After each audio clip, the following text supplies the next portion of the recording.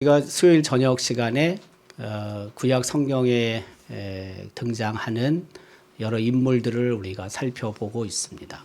특별히 그 인물들 중에 좀 마이너 인물들, 우리가 너무나 잘 알고 있는 뭐 아브라함이나 야곱, 이삭, 뭐 다윗 이런 사람들 말고 성경에 기록은 되고 있는데 좀 적게 부분적으로 기록된 인물들을 우리가 찾아서 함께 나누고 있는데 벌써 우리가 132번째 시간이 됐습니다.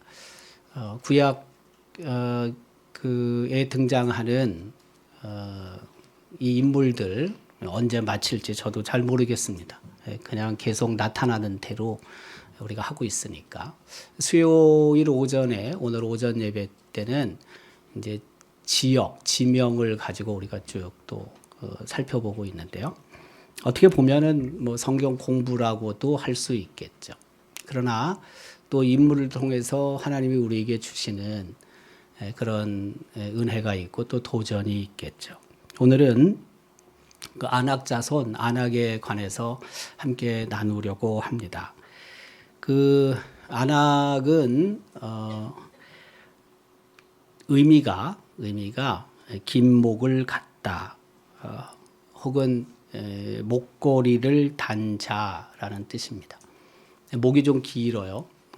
이제 이것은 무엇을 상징하냐면 키가 크다, 체격이 좋다, 이제 이런 의미를 갖습니다. 그 아낙 자손은 우리가 잘 알고 있듯이 거인의 후손이죠. 그러니까 뭐 긴 목을 갖는 게 어떻게 보면 당연하다고 할 수 있겠죠. 네. 그 거주지는 유다 남쪽 산간 지방이고요. 대표적인 도시는 헤브론입니다. 헤브론은 우리가 너무나 잘 알고 있는 또 도시이기도 하죠. 헤브론과 데빌이라는 곳이 아낙 자손들이 주로 있었던 곳입니다. 그 아낙의 후손들에 대해 그 민수기 13장 22절에는 세 사람을 특별히 기록하고 있는데요. 아히만, 그리고 또 세세, 그리고 달마를 기록하고 있습니다. 네겝으로 올라가서 헤브론에 이르렀으니 헤브론은 애굽 소암보다 7년 전에 세운 곳이라. 그곳에 아낙 자손 아히만과 세세와 달메가 있었더라고 기록하고 있죠. 그러니까 그 아낙 자손의 여러 후손들이 있고 또 그 후손들 중에 3명을 특별히 언급하고 있습니다.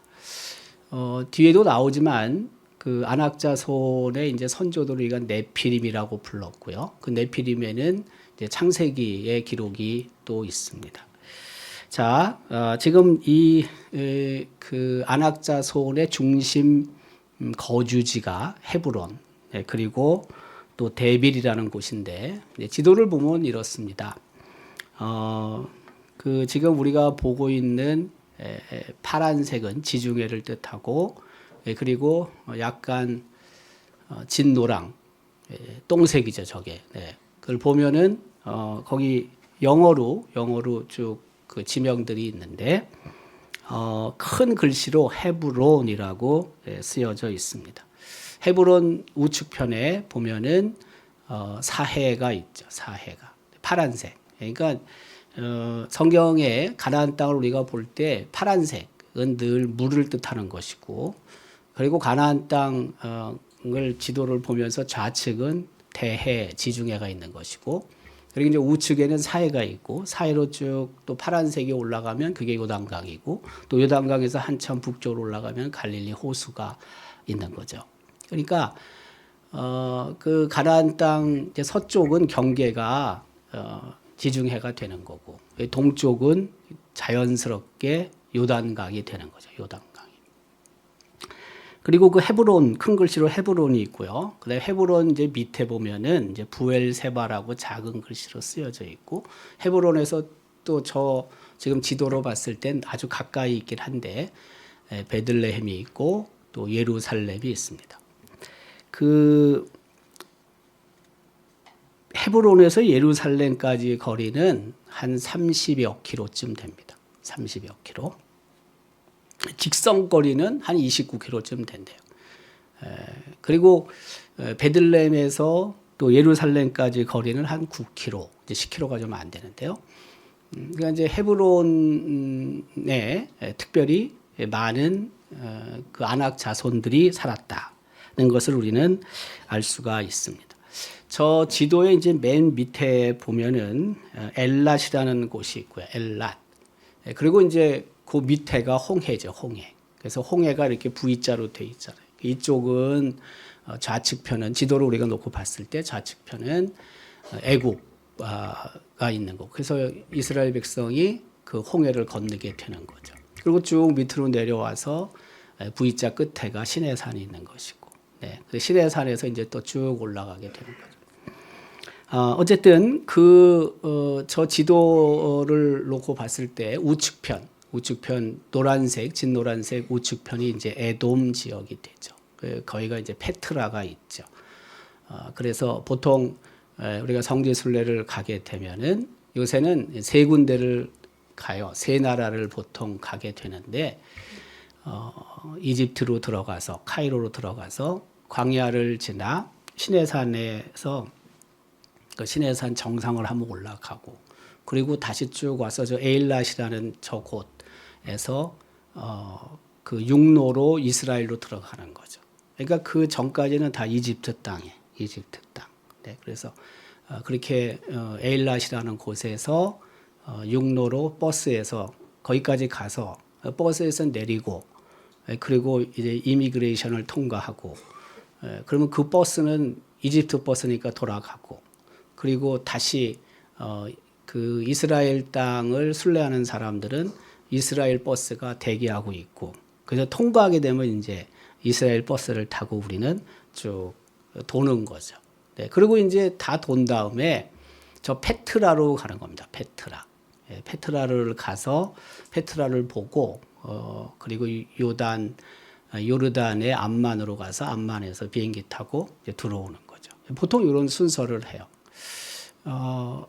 그 카이로 그다음에 스핑크스 뭐 이런 광야 이런 것들은 또 한창 때는 문이 닫혔어요. 왜냐하면 거기 테러가 많이 있었거든요.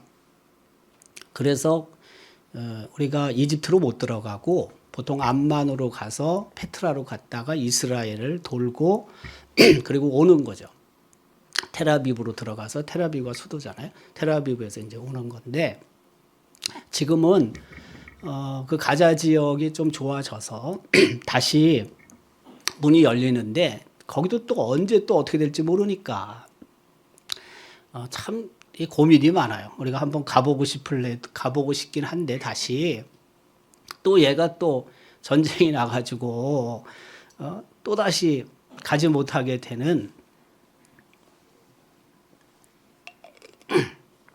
일이 발생하니까 참 이게 시도를 또 할래니 또 그렇고 안 하자니 또 그렇고 참 고민이 좀 있습니다. 그래가지고 좀 미안은 한데 시험 삼아 좀 이상하긴 한데 하여튼 시험 삼아 우리 김기중 목사님은 단독으로 보내기로 했어요. 네.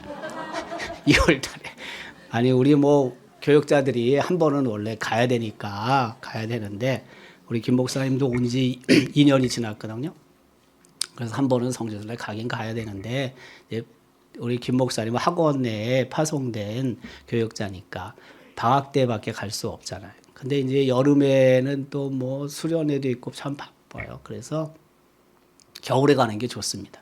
겨울에 가는 게 좋은데 좀 알아보라고 한번 그랬어요. 그랬더니 뭐 여러 날들이 있는데 2월까지는 해결을 또 봐야 되거든요. 3월부터 또 학교 나가야 되니까. 그래서 찾아보니까 2월 중순경에 가는 게 있어요.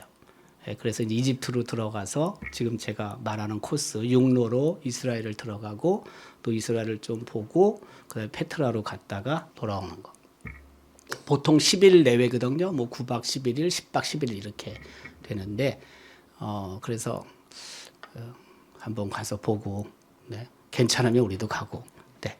안 괜찮으면 못 가는 거고 네. 농담이긴 한데 한 번은 갔다 와야죠. 네. 그래서 어쨌든 이런 지금 경로를 통해서 우리가 이스라엘을 가게 되는데 저는 생각에 좀 의논이 필요하긴 하지만은 부활주의를 지나고 좀 그 곳이 완전히 정리가 되면은 진정이 되면은 다시 한번 우리도 다시 시도를 해야 되겠다. 이제 그런 생각을 또 해봅니다. 우리가 알고 있듯이 그 이스라엘 백성이 출애굽하고 그리고 이제 가데스 바네아까지 와서 거기서 모세가 12명의 정탐꾼을 픽업하고 그리고 이제 그들을 가나안 땅에 보내서 정탐하게 하잖아요. 근데 그곳에 갔던 정탐꾼들이 거인 족속 아낙 자손을 보게 되죠. 그 정탐꾼을 모세는 파견하게 됩니다. 요거 지도는 뭐냐면은 이스라엘 백성이 애굽에서 출발해서 가데스 바네아 그리고 헤브론까지 정탐하게 되는 경로를 말하고 있습니다. 지금 이제 V자로 이렇게 푸른색이 홍해죠. 홍해가 이렇게 돼 있는 거예요. 이쪽도 홍해, 이쪽도 홍해예요. 네. 그리고 그 V자의 맨 밑에가 이제 시내산인데 저기 빨간 선은 출애굽 경로라고 보면 됩니다.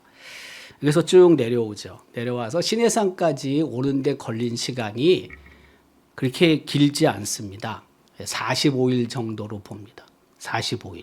그러니까 저 길이 그렇게 먼 거리가 아니에요. 그 다음에 이제 그 시내산에서 맨 밑에 시내산에서 쭉 이렇게 빨간 선으로 올라가잖아요. 그래서 거기 가데스라는 곳인데 가데스 바네아 거기까지 가는데 얼마 걸렸냐면요.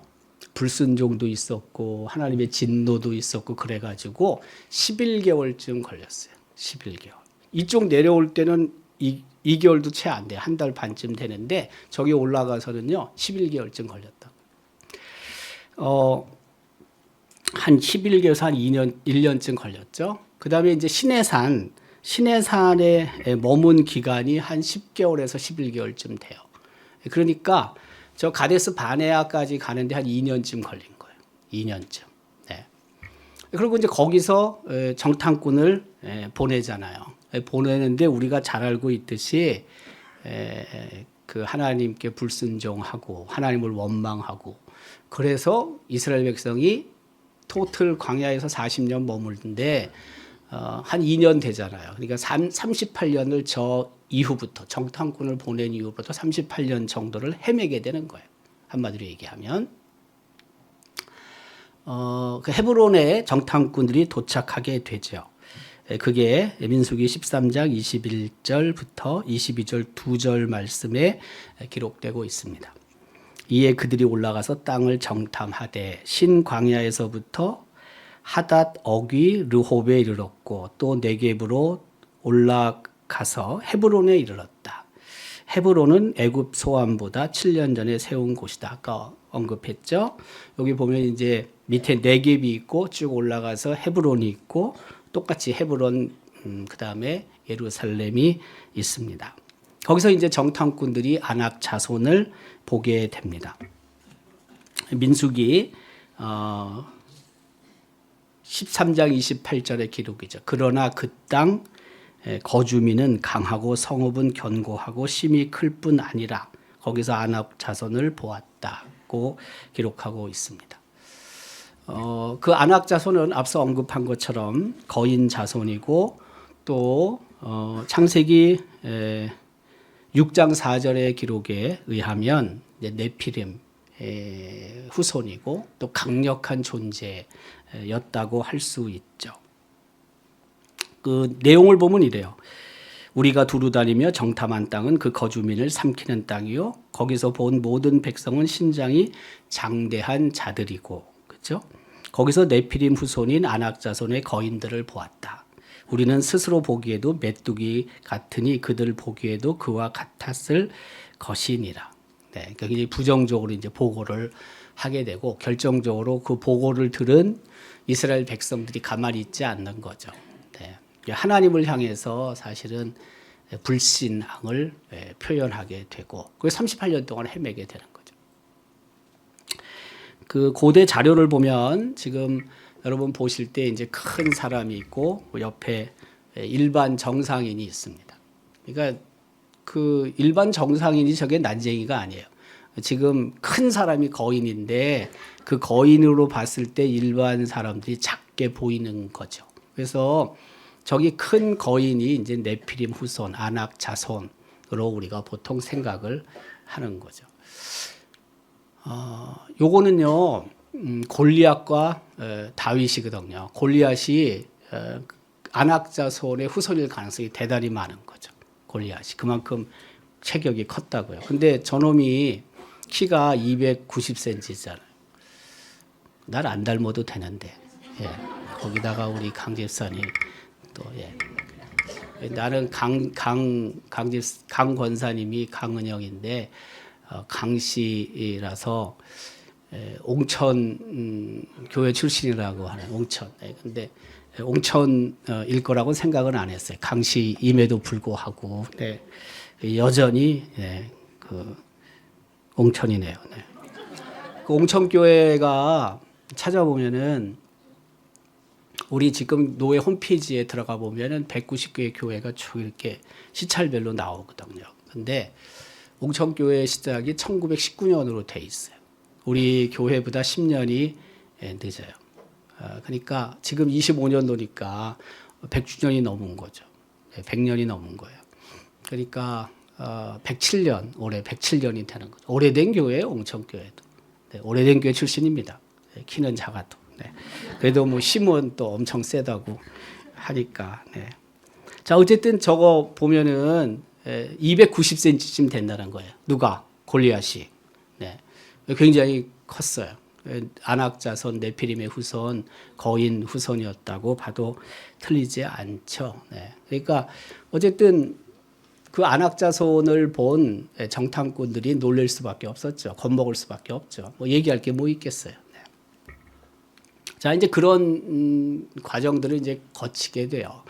그리고 우리가 알고 있듯이 이스라엘 백성이 요단강을 건너서 이제 가나안 땅 정복에 들어가게 되고, 그리고 이제 거의 다 정복을 한 후에 갈렙이 이제 헤브론을 요청하게 됩니다. 그러니까 기업을 이제 다 거의 분배를 한 상태에서 저 헤브론이 미지의 땅으로 남았어요. 그 정복하지 못한 미정복의 땅으로 남았다고요. 우리가 알고 있듯이 여호수아에 의해서 제비를 뽑아 기업을 분배하죠. 저게 바로 이제 우리가 알고 있듯이 12개 지파에게 기업을 분배한 모습입니다. 맨 밑에는 시므온 지파에게, 그 위에 하얀색은 유다 지파에게, 그리고 그 위에는 베냐민 지파, 단 지파가 있고, 그리고 거기에 위에 이제 에브라임이 있고, 에브라임 위에 살색 므낫세 2분의 1 지파가 기업을 분배받게 되죠. 그리고 그 위에 보면은 이사갈 스불론 지파, 그리고 갈릴리 호수 있는 데가 납달리. 납달리 좌측편에 지중해 쪽으로 아셀 지파가 땅을 분배받습니다. 그게 요단강 서편이고요. 가나안 땅이고 이스라엘 땅이고, 그다음에 요단강 동편에는 맨 밑에 루벤, 그 위에 갓 지파, 그리고 맨 위에가 므낫세 2분의 1 지파가 땅을 분배받는 거죠. 그래서 저렇게 다 이제 땅을 분배받는데 갈렙 지파가 특별히 갈렙이 그 헤브론을 이제 요청하게 되잖아요. 근데 갈렙 지파 혹은 갈렙 지파의 가문에 대해서 성경은 이렇게 기록합니다. 민수기 13장 6절에 유다 지파에서는 여분네 아들 갈렙이라고 기록하고 있고요. 유다 지파 사람이에요, 갈렙은. 근데 민수기 14장 6절에는 그 갈렙이 유다 지파 출신이긴 한데, 유다 지파에 속하긴 한데 그의 원래 출신에 대해서 실마리를 주는 내용이 있어요. 그게 뭐냐면 이래요. 그때 유다 자손이 길갈에 있는 여호수아에게 나오고, 무슨 말이냐면은 길갈이라는 곳에서 이스라엘 백성에게 땅을 분배했거든요. 아직 그들이 실로로 들어간 게 아니에요. 아직 가나안 땅 원래 살고자 하는 그 완전한 본토로 들어간 건 아니죠. 외곽에 있는 거거든요. 길갈은 우리가 알고 있듯이 요단강 건너서 바로 근처에 있는 거니까 거기서 뭐라고 기록하냐면 그니스 사람 여분네의 아들 갈렙이 여호수아에게 말했다고 기록. 저 그니스라는 게 우리가 알고 있는 겐 족속이라고 학자들은 보통 얘기를 하죠. 겐 족속. 겐 족속의 대표적인 사람이 누구냐면 모세의 장인 루엘, 우리가 알고 있듯이 이드로, 이게 겐 족속 출신이죠. 그러니까 이드로의 딸과 모세가 결혼을 하잖아요. 십보라와 결혼을 하잖아요.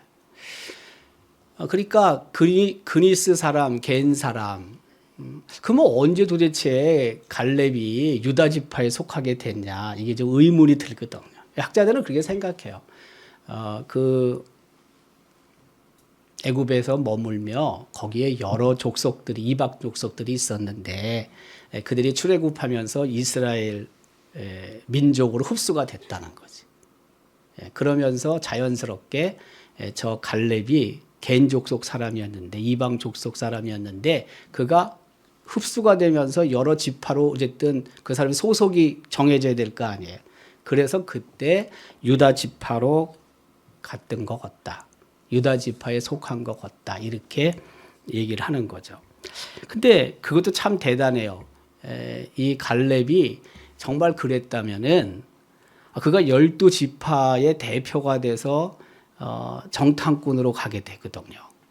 그 기간이라는 게 별로 얼마 안 되는 거예요. 우리가 지금 보면은 45일, 그 다음에 한 11개월 머물렀잖아요. 11개월. 그 다음에 이제 올라가서 가데스 바네아에 가서 정탐꾼 보내고 또 한 1년 가까이 거기서 머무는 거거든요. 그러니까 실질적으로 보면은 한 1년 좀 넘은 거예요. 1년 넘은 거. 애굽에서 출발해가지고 가데스 바네아까지 도착하는 게 1년 좀 넘는 건데, 약간 넘는 건데, 그가 갈렙이 이방 족속이었던 사람이 유다 지파에 편입이 되고 갈렙이 12명 정탐꾼 중에 한 명이 됐거든요. 순수 혈통이 아니라니까요. 그러니까 굉장히 탁월했던 사람이라고 볼 수 있어요. 만약 그 추측이 맞는다면 엄청나게 탁월한 사람이에요. 그러니까 꼭 그 어떤 공동체 안에 그 원래 자리를 지켰던 사람들만 우대를 받는 건 아니에요. 교회 안에도 그래요. 하나님의 백성들도 마찬가지예요. 그 편입된 지 얼마 안 돼도 하나님께서 그를 선택하시고 하나님께서 그를 귀하게 사용하실 수 있는 거죠. 갈렙이 만약 정말 그랬다라면 갈렙은 그런 대표적인 사람이에요. 좀 늦게 예수를 믿었다 할지라도, 좀 늦게 하나님의 교회를 섬기게 했다 할지라도 하나님께서는 그를 크게 사용하실 수 있다는 거예요. 갈렙을 통해서 그걸 우리는 볼 수 있어요. 자, 그리고 이제 갈렙이 요거는 지도도 지금 이제 길갈이라는 곳에서 어쨌든 이제 정복해 들어가는 것이고, 이스라엘 백성이 밑에 사해가 있고, 그 다음에 실선이 저게 요단강이고, 그리고 들어가서 이제 여러 전투를 통해 정복이 된다. 이제 그것을 말하는 거고요. 자, 그리고 갈렙이 이제 기업이 다 분배된 다음에 자신들이 머물 곳, 자신들이 차지할 곳, 헤브론을 요구하게 되는 거죠. 근데 그가 그 가데스 바네아에서 있었던 일을 회상하게 되는 거예요. 그때 자신은 다른 정탐꾼과 다르게 성실하게 정탐했고, 그리고 성실하게 보고했고, 여호와 하나님께 충성을 다했다. 그런 내용이 있고요. 그리고 그때 모세가 맹세하여 이른 게 있는데, 네, 보면 맹세하여 이르되, 그렇죠? 네. 내가 내 하나님 여호와께 충성하였은즉 내 발로 밟는 땅은 영원히 너와 내 자손이 기업이 될 것이다. 이거를 그가 마음에 품고 있었던 거죠. 한 38년여 동안. 이제 가나안 땅 들어가서 또 정복 기간이 있으니까 40여 년 동안 그걸 마음에 품고 있다가 여호수아에게 얘기를 한 거죠. 헤브론을 달라고, 이 산지를 내게 달라고. 헤브론은 산지 지역이에요. 남부 산부 지역. 자, 여기 아까 요 지도는요. 다시 보면은 그 출애굽 여정인데 그 고센 땅에서 쭉 이제 내려오죠. 숫곳, 에담, 마라, 그다음에 엘림. 그러니까 에담에서 마라에서 이제 홍해를 건너는 걸로 이 지도는 나와요. 왜냐하면 그 지금 홍해가 파란색이잖아요. 고센, 숫곳, 에담, 마라. 에담, 마라 그 사이에 홍해가 지금 건너는 거잖아요. 여기는 이 그림을 그린 사람은 그렇게 보는 거예요. 엘림, 그다음에 르비딤, 시내산, 그다음에 쭉 올라가서 가데스 바네아. 그리고 가데스 바네아에서 사실은 쭉 가나안 땅에 입성할 수 있었는데 이들이 하나님을 불신함을 통해서 그 기회를 놓치게 되고 무려 38년 동안 광야를 헤매게 되는 거죠. 네, 그래서 보면 이제 호르산, 뭐 에시온 게벨, 뭐 욥바다 쭉 올라가서 모압 평지, 요단 평지 이렇게 헤매게 되는 거예요. 네, 그리고 갈렙이 그런 말을 해요. 자기가 그 가데스 바네아 사건 이후에 무려 하나님 말씀대로 충성을 다했지만은 그가 45년 동안 결국에는 방황했다. 그리고 자기의 지금 나이가 85세가 됐다라는 것을 이야기하는 거예요. 네. 이제 그러면서 이 갈렙이 헤브론을 요청하게 되죠. 네. 이것도 그 출애굽한 이스라엘 백성의 여정을 그림으로 보여주는 것이다. 좀 더 상세하게 보여주는 거죠. 저 지도는. 갈렙은 헤브론을 요청하게 됩니다. 그 12절은요. 여호수아 14장 12절인데 그날에 여호와께서 말씀하신 이 산지를 지금 내게 주소서. 당신도 그날에 들으셨거니와 그곳에는 아낙 사람이 있고 그 성읍들은 크고 견고할지라도 여호와께서 나와 함께 하시면 내가 여호와께서 말씀하신 대로 그들을 쫓아내리이다. 네, 이렇게 믿음으로 요청을 하게 되는 거죠. 이거는 그런 내용이고요. 네. 그리고 이제 갈렙의 이제 기업이 되는 것입니다. 네. 요거에 이제 헤브론의 그림 사진입니다. 그래서 여호수아 14장 우리가 읽었지만 14절, 15절 내용에는 이제 그 내용이 있는 거죠. 네. 네. 뒤에서 만져 주실래요? 네. 자, 그래서 결론을 보면 그래요. 뭐냐면 세상의 시각과 인간의 눈이 있고 하나님의 또 사랑과 믿음의 사람이 있다는 것입니다. 그 세상의 시각, 인간의 눈을 우리가 다 갖고 살죠. 뭐 어떤 사건들을 보고 사람들을 바라보면서 되게 다 세상적으로 생각을 많이 하죠. 인간적인 눈으로 보죠. 하지만 그러나 결정적인 순간에는 우리가 하나님의 눈으로 볼 수 있어야 되죠. 하나님의 말씀으로 비추어서 그 사건들을 해석해낼 수 있어야 되죠. 그게 바로 믿음의 사람의 모습이에요. 믿음의 사람이라고 언제나 그러면 성경적으로만 보느냐? 그러면 얼마나 좋겠어요. 네, 우리가 그렇지 못합니다. 때로는 아주 신앙적인 사람, 영성이 풍성한 사람들도 어떤 자기 이익의 그 문제 앞에 섰을 때 그 인간적인 눈으로 그 보는 게 하나님의 눈으로 말씀에 비추어 보는 것보다 훨씬 더 강하게 볼 수도 있습니다.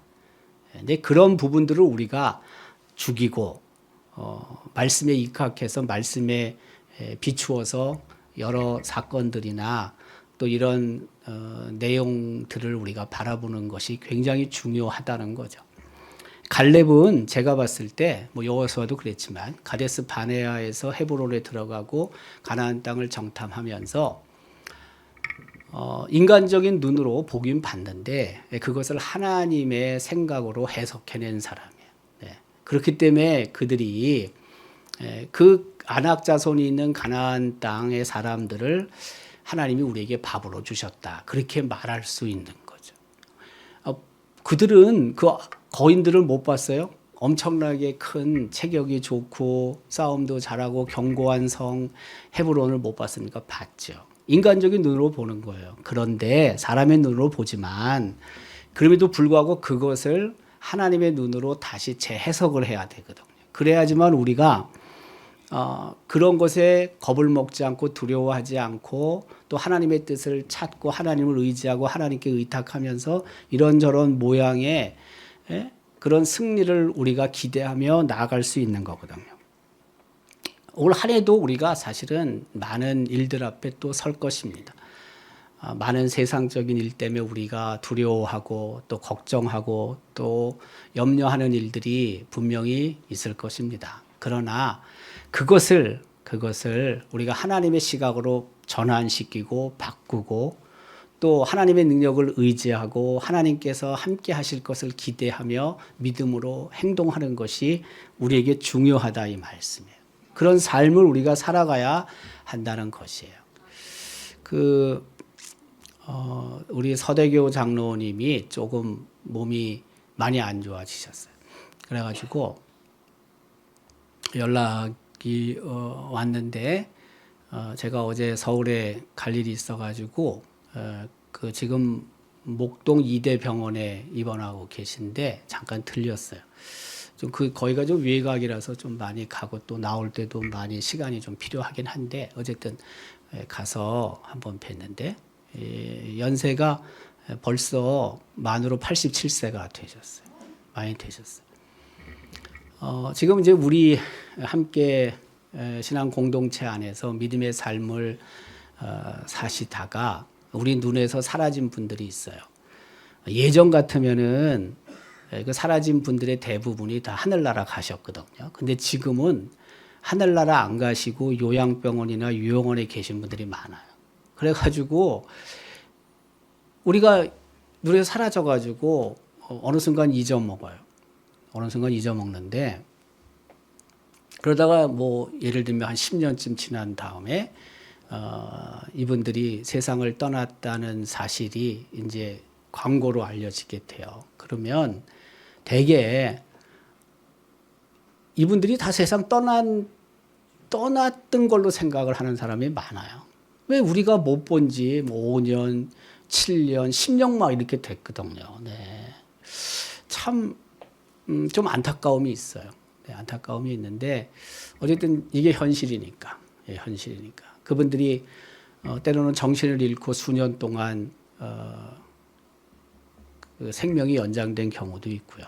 또 한편으로는 온전한 정신으로, 그 나머지 시간들을 보내는 분도 있는데, 서장로님은 어쨌든 정신은 온전합니다. 다만 이제 천식 때문에 호흡이 좀 어려워요. 그래서 지금 산소를 좀 넣어요. 그리고 식사를 못 해요. 우리 서장로님이. 그래서 이제 코로 들어가는 거죠. 그리고 이제 신장에도 좀 문제가 있어요. 신장에도 이제 피가 좀 보여요. 심장이 좀 문제가 있으면 또 이제 심장 이 하트도 문제가 좀 생겨요. 맞습니까? 네. 저는 강 권사님이 사물을 봐가지고 간호사 출신인지는 난 오늘 처음 알았네. 네. 그때 글로 갔다고 해서. 나는 그 일반 사무만 보는 줄 알았어. 처음부터. 근데 이 심장도 안 좋은 거예요. 심장 안 좋고 지금 홍팥이 안 좋고 그리고 지금 호흡이 잘 안 되고 갖다나 또 그때 여러분 아시지만 뇌 문제 때문에 이제 한쪽 부분이 어렵잖아요. 발음도 좀 어려우시잖아요. 근데 전화를 보통 하면은 때로는 잘 알아들을 수 있게끔 발음이 좋을 때도 있는데 이번에는 잘 못 알아듣겠어요. 보고 있는데도 말씀하는데 잘 못 알아듣겠어요. 어쨌든 뭐 언제 하나님이 불러가실런지는 잘 모르는데 3남매가 있고 딸 둘이 그 아버지 옆에서 어쨌든 지금 간호하고 있긴 한데 지금 뭐 우리 서장로님뿐만이 아니라 주변에 우리 교회 성도들 가운데 이런 분들이 좀 많이 있습니다. 저는 어쨌든 이분들이 끝까지 믿음 안에서 십자가를 붙잡고 하나님 나라에 안착할 수 있도록 우리 모두가 정말 기도해야 한다 하는 생각이 들어요. 이분들을 우리가 다 찾아 만나는 것도 썩 쉬운 게 아니에요. 실질적으로. 어려워요. 어떤 경우에는 아예 들어가지 못하도록 차단이 되는 경우도 있고요. 또 그렇게 만나서 아예 이분들이 몰라요. 또 몰라. 알아보질 못해요. 얼마나 안타까워요. 우리 강선부 권사님도 얼마 전에 좀 넘어지셔가지고 또 이 고관절에 또 금이 갔어요. 그래서 안동 의료원에 계시다가 어디로 갔다고요? 복주요양병원으로 또 가셨어요. 그러니까 이제 그 안동 의료원에서는 이제 치료를 좀 해볼까 했는데 그렇다고 해서 뭐 이게 지금 수술해가지고 뭐 하실 수 있는 게 아니고 이분이 이제 100세가 다 돼가는데 뭐. 네. 그래서 지금 복주 요양 병원으로 가셨어요. 네. 지금 이런 형편에 있는 분들이 생각보다 많이 계세요. 평생 정말 교회를 위해서 헌신한 분들이거든요. 이분들이 끝까지 믿음을 어쨌든 지키셔야 되겠죠. 강선부 권사님도 제가 이렇게 뵈니까 알아보시기도 하고 또 못 알아보시기도 하고 그래요. 네. 알아보시는 것 같기도 하고 또 어떤 순간에는 아닌 것 같아. 아닌 것 같기도 하고 뭐 그런데 어쨌든 그런 분들이 꽤 있어요. 우리 유창분 집사님도 얼마 전에 연말에 세상을 떠나셨는데 그렇게 말하는 분들이 있어요. 아직도 저분 안 돌아가셨냐고. 아니 그건 그럴 수밖에 없는 게 우리 곁을 떠난 지 오래됐거든. 우리 눈에 보이지 않아요. 네. 그러다 보니까 하나님의 나라로 갔다고 생각하는 경우가 참 많아요. 앞으로 점점 더 그럴 겁니다. 네. 그래서 어쨌든 우리 믿음의 선배들, 우리 교회를 위해 헌신하고 수고한 많은 분들이 계시는데 이분들이 정말 끝까지 십자가 꼭 붙잡고 하나님 곁에 갈 수 있도록 믿음 안에서 끝까지 믿음을 지킬 수 있도록 여러분들이 정말 많이 기도해 주셔야 됩니다. 오늘 이 말씀을 통해서 우리 앞에 아무리 거인이 있어도 거인과 같은 그런 큰 뭐 문제라든지 장애물이 있다 할지라도 하나님을 의지하고 하나님 안에서 또한 우리가 성실하게 하나님께 충성을 다하고 믿음으로 나아갈 때 하나님께서는 그런 문제들 하나님 볼 때 아무것도 아니죠. 우리가 볼 때 큰 문제인 거지. 하나님께 맡기고 하나님이 해결하시는 것. 전쟁은 하나님께 속한 거잖아요. 하나님께 맡기고 하나님을 의탁하고 하나님께서 해결하시는 것들을 우리가 바라본다면 올 한 해도 하나님의 놀라운 역사, 우리에게 주시는 승리를 맛보며 살아갈 수 있을 줄로 믿습니다.